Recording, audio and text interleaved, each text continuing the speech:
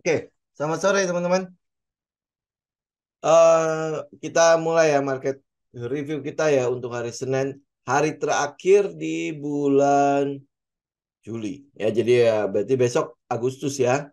Nah, kita mau lihat nih kalau ada beberapa yang masih nanya, ini seasonality apa ya? Kenapa kita tahu bahwa apa ya ada kecenderungan di apa namanya di Agustus jelek. Nah, ini saya ambil dari ini aja ya.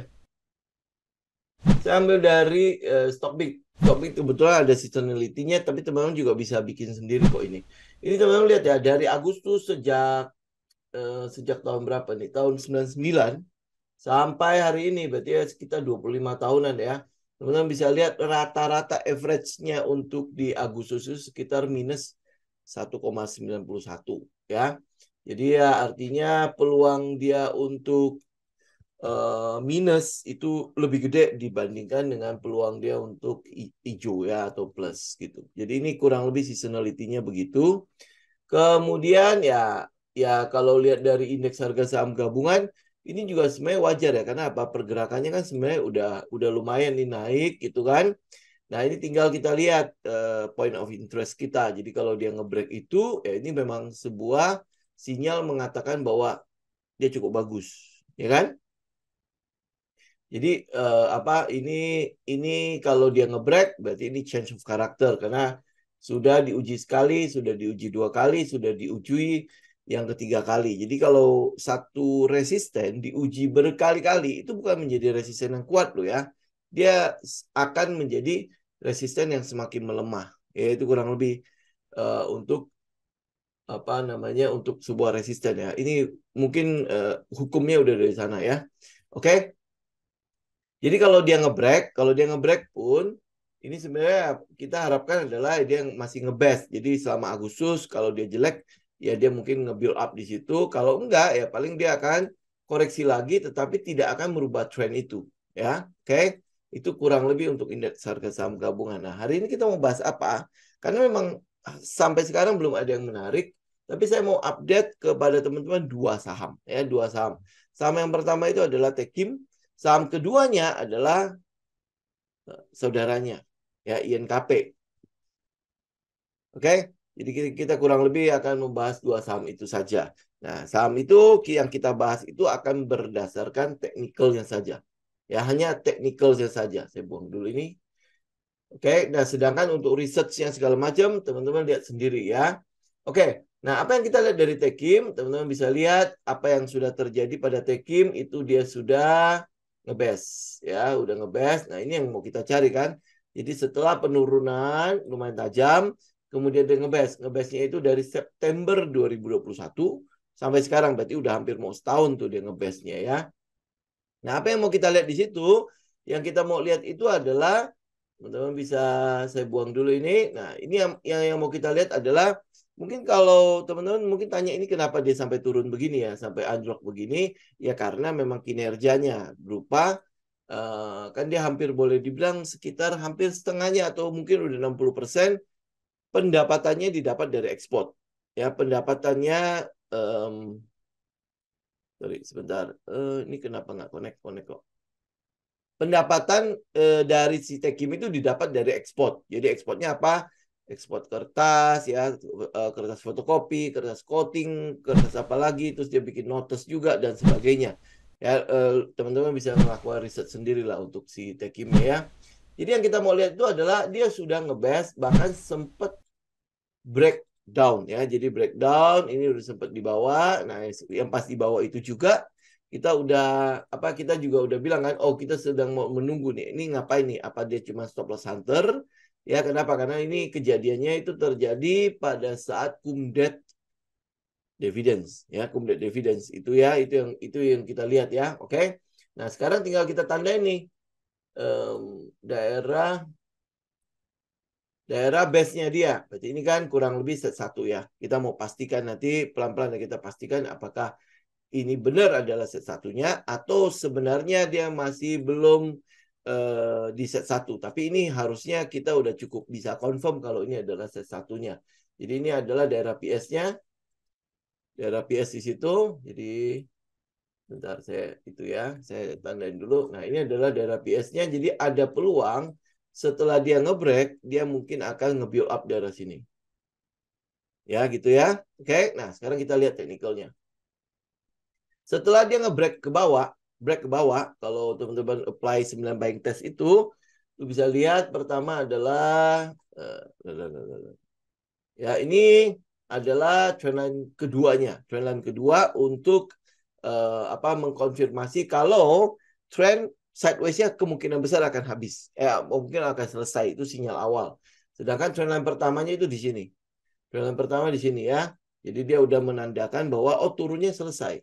Turunnya selesai, kemudian dia udah beralih ke sideways. Nah, sekarang yang kita mau tunggu itu dari Tekim itu adalah kapan sideways-nya selesai. Ya kan? Kayak gitu kan? Nah, sekarang kita mau lihat itu adalah ini sinyal pertama. Tekim mengatakan bahwa sideways-nya sudah kemungkinan besar kelar. Ini sinyal pertama. Nah, sinyal kedua adalah kita mau tunggu terjadinya change of character. Ya, change of character ini minornya aja kita bisa lihat ya. Ini adalah pergerakan turunnya nih. 1, 2, 3, 4, tung gitu kan. Kemudian dia naik lagi. Berarti apa? Swing high sebelumnya ada di mana? Ada di sini. Ya, swing high di situ. Nah, kalau buat teman-teman yang IG ada di 6.900. Itu swing high-nya dari pergerakan sebelumnya. Oke. Ya, nah sekarang apa yang kita melihat? Dia akan terjadi change of character dulu di situ. Nah, sekarang kan belum. Ya, dia belum nge-break kan 6.900. Posisi sekarang ada di 6.750. Betul? Ya. Nah, sedangkan pergerakan dari bawahnya ini kan dia adalah swing low, kemudian naik sempat ngebest, ya sempat ngebest lagi di situ. Jadi kalau dia udah ngebreak 6.900 itu bisa menjadi sebuah sinyal buat teman-teman untuk kembali koleksi buat si Tekim. Karena ini adalah daerah LPS-nya. Ini LPS, ini LPS, ini adalah spring-nya. Oke. Seperti saya katakan, spring itu buat kita tangkap pasti agak-agak susah. Kenapa ya? Karena teman-teman berani nangkap sampai dia nge-gap down begitu. Ya kan? Jadi mau nggak mau kita tunggu dia konfirmasi. Nah, konfirmasi pertama kita adalah di daerah sini. Di daerah 6.100 sampai ke 6.350. Itu kan daerah konfirmasi kita. Nah, kemudian dia udah nge-break trendline dan udah naik di atasnya. Jadi ini udah dipastikan dia nge-break trendline itu ya. Nah, cuman untuk change of karakternya, apakah strukturnya sudah akan berubah dari ini nih minornya turun menjadi akan naik. Ya, jadi kita butuh konfirmasi dia akan nge-break swing high yang terjadi sebelumnya. Nah, swing high yang terjadi sebelumnya itu ada di 6.900. Oke? Yaitu kurang lebih untuk si Tekimnya. Jadi kalau teman-teman mau koleksi, itu di break 6.900 itu sudah bisa mulai koleksi. Ini ya, break 6.900. Jadi itu adalah daerah LPS-nya. Oke? Nah, nanti apakah dia akan langsung naik? Ini kan nanti akan ada serangkaian LPS lagi.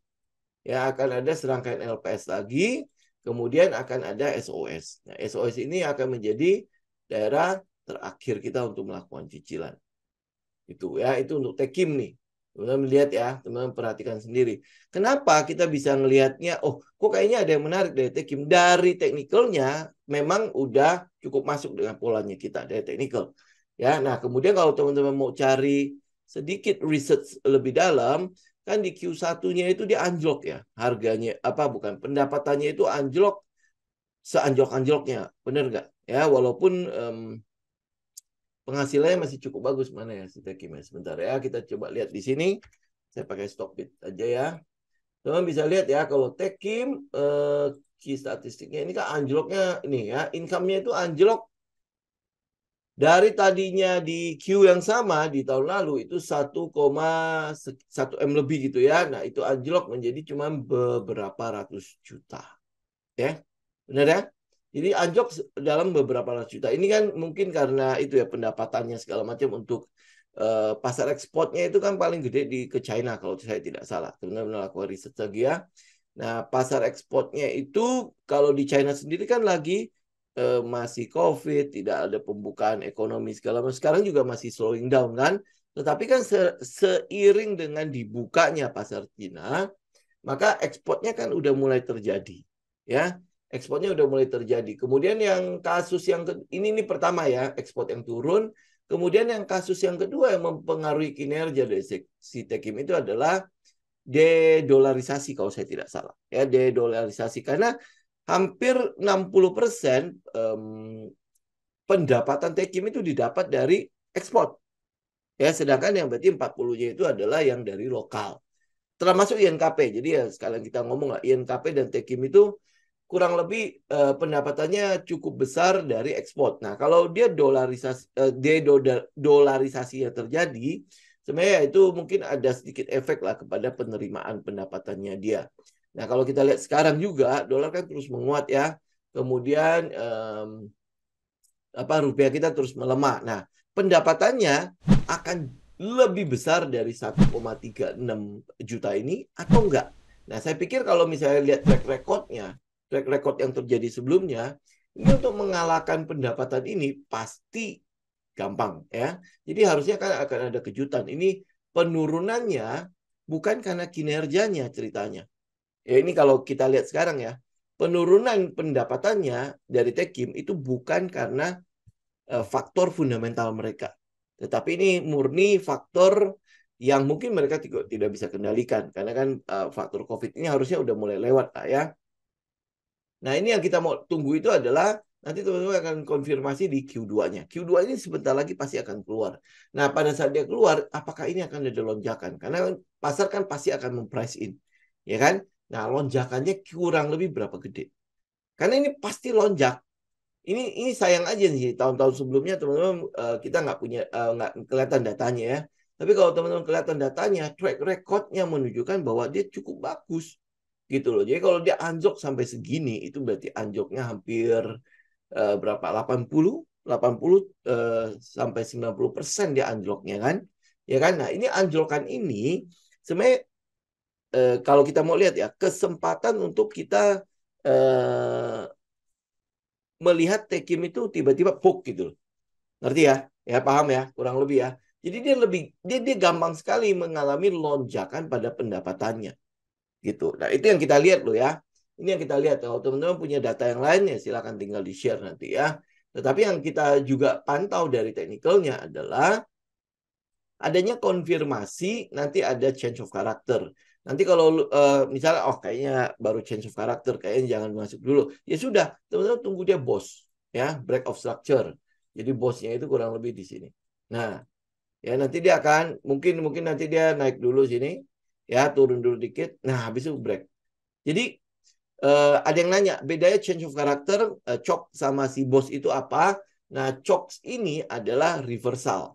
Chok ini adalah tanda-tanda reversal atau sinyal reversal. Sedangkan BOS ini adalah tanda continuations dari sebuah trend. Ya, jadi kalau trendnya dia udah change of character, berarti dia berubah ke trend selanjutnya kan? Nah, lu untuk memastikan trendnya itu berlanjut atau continue, maka lu cari bos. Ya, break struktur. Ya, jadi dia kalau bos, nah berarti kan sebenarnya dia sudah mengkonfirmasi kalau trendnya itu berlanjut. Ya, jadi kalau lu lihat di fase D, fase akhir, kenapa kita butuh serangkaian LPS? Itu untuk mengkonfirmasi kalau trendnya itu berlanjut. Gitu, ya. Oke. Jadi itu untuk Tekim. Ini untuk Tekim. Jadi ya teman-teman udah clear lah ya. Kalau lu mau ambil di 6.900 berarti stop loss lu mungkin ada di bawah-bawah support situ, ada sekitar 6.300-an. Kemudian kalau targetnya kemana? Ya lu nggak usah jauh-jauh dulu. Ini ambil aja sekitar 17.000 ya high yang terjadi sebelumnya. Jadi kita harapkan adalah dia turun gunung, kemudian ngebas, kemudian naik gunung lagi ke tempat yang sama dulu aja. Gitu, ngalahin tempat yang sama. Apakah mungkin? Nah, itu kuncinya di research tuh. Nanti lu cek ke research. Ya. Nah, selanjutnya saham yang kedua adalah INKP. Ini kan kurang lebih adalah produksi yang sama karena masih satu grup kan. Teknikalnya gimana? Teknikal INKP itu lebih menunjukkan pergerakan yang lebih cepat. Ya, kalau kita lihat ya, ini pergerakan yang lebih cepat. Nah, ini penurunannya juga sama kan. Ini turun, kemudian dia udah ngebes. Ya, dia udah ngebes. Berarti kan set satunya udah ada tuh di situ ya. Kemudian dia nggak ada spring. Ini kalau dia spring kan dia akan ke bawah situ tuh. Ya. Dan memang iya nggak ada kejutan kan pada penerimaannya si INKP. Ya, teman-teman bisa lihat ya. Tidak ada kejutan kayak si Tekim itu, dia nggak ada kejutan seperti itu. Mana? Oke ya. Nih, teman-teman bisa lihat ya. Pada ini dia kan pendapatan di tahun sebelumnya di Q1 yang sama itu 2,5. Nah, habis itu penurunnya tidak sampai 70, 80, 90%. Dia hanya turun sekitar anggaplah 20 sampai 30% ke sekitar 2 miliar ya, 2 miliaran. Jadi ya paling ya dia cuma balik ke sekitar pendapatan di sekitar tahun 2021. Jadi nggak ada kejutan seperti Tekim. Kalau Tekim itu kan benar-benar orang terkejut ya. Turunnya sampai segitu dahsyatnya toh ya. Nah, jadi ya pergerakannya ya fine-fine aja nih. Nah, nanti tinggal kita lihat Q2-nya bisa ngalahin Q2 sebelumnya enggak. Nah, oke. Nah, sekarang balik ke teknikalnya. Kalau kita lihat teknikalnya, dia memang tidak ada spring di situ ya. Ya kalau teman-teman mungkin lihat apa ya orang bilang teknikalnya double bottom di situ ya. Double bottom ya, tapi kita mau konfirmasi gini aja. Perubahan karakter pertamanya di mana? Nih, change of karakternya di sini terjadi. Ya, ini udah change of karakter, jadi coknya sudah ada di situ. Nah, sekarang teman-teman kalau misalnya lihat yang di atasnya, itu dia udah ngebreak lagi bosnya. Nah, ini tinggal kita tungguin bosnya kelanjutan ini. Ini bosnya di mana? Bosnya di sini. Ya, ini akan jadi break of structure. Ya, bosnya di 9.650. Jadi dia udah dari bawah swing high, ini swing high-nya ya. Nah, sekarang dia cari swing low. Ini apakah udah swing low di sini di sekitar 8.750. Nah, kalau udah, maka ini akan diincar nih 9.650. Jadi kalau dia ngebreak 9.550 itu bos. Ya, itu break struktur. Ini panjangan nih. Nih ya. Nah, ini bos. Ya, oke, ini akan jadi bosnya. Jadi kalau bos berarti dia udah ngelanjutin trend. Ya, dia udah ngelanjutin trend berarti LPS-nya udah ada. Ya, nanti tinggal break break dari set satunya di daerah 10.400. Ya, kalau dia udah ngebreak set satunya, ini berarti daerah kemungkinan ada SOS-nya di sekitar di atas 10.400. Kemudian targetnya ya kita ambil puncaknya dulu di sekitar 15 ribuan. Ya, ini untuk INKP. Ya, pergerakan teknikalnya kurang lebih sama. Ya, pergerakannya udah di ujung-ujung nih, udah di ujung-ujung. Jadi ya kalau teman-teman misalnya mau ngelihat dua potensi ini, buat saya sih mungkin Tekim itu jauh lebih menarik ya, karena masih posisinya masih di bawah, kemudian upsize-nya juga masih lumayan gede. Nih.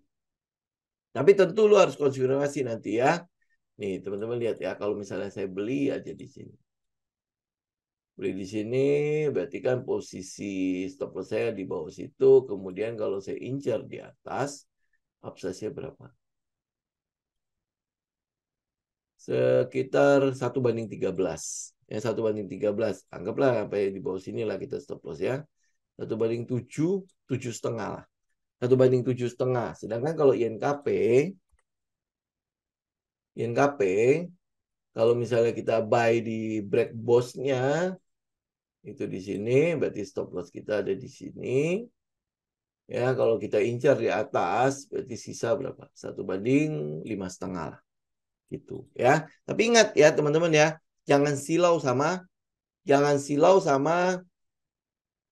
rewardnya. Jaga-jaga kalau sampai tidak sesuai dengan kita proyeksikan, apa yang tidak sesuai dengan trading plan kita, harus bagaimana kita. Itu jauh lebih penting ya. Jadi loss ini jangan sampai membuat uang kita habis-habisan. Ya memang oke lah dia punya rewardnya gede-gede ya. Tetapi jangan lupa kalau reward ini belum tentu terjadi. Tapi kalau dia sampai turun dan akhirnya gagal mengikuti trading plan kita, maka loss udah pasti di tangan kita loh. Kerugian udah pasti di tangan kita. Uang hilang itu udah pasti ada di tangan kita. Ingat tuh ya. Jadi oleh sebab itu selalu perhatikan risk-nya. Ya, selalu perhatikan risk-nya dulu. Risk duluan, ya reward-nya nanti. Kalau dia udah sesuai dengan trading plan kita tinggal ikutin. Tetapi kalau tidak sesuai, itu yang perlu kita jaga. Ya, jangan lupa itu ya. Oke. Nah, hari ini kita cuma bahas 2 itu doang. Oke, teman-teman, saya pikir hari ini paling itu dulu ya, teman-teman ya. Semoga bermanfaat buat untuk kita hari ini. Nanti kita hari Rabu kita coba lihat pelayaran ya seperti apa. Oke, kalau teman-teman punya data, boleh tolong di-share aja ya data-data apa yang bisa melengkapi nanti analisa kita di hari Rabu mendatang. Ya, oke, thank you semuanya. Sampai ketemu lagi di hari Rabu mendatang. Oke, thank you semua. Selamat malam.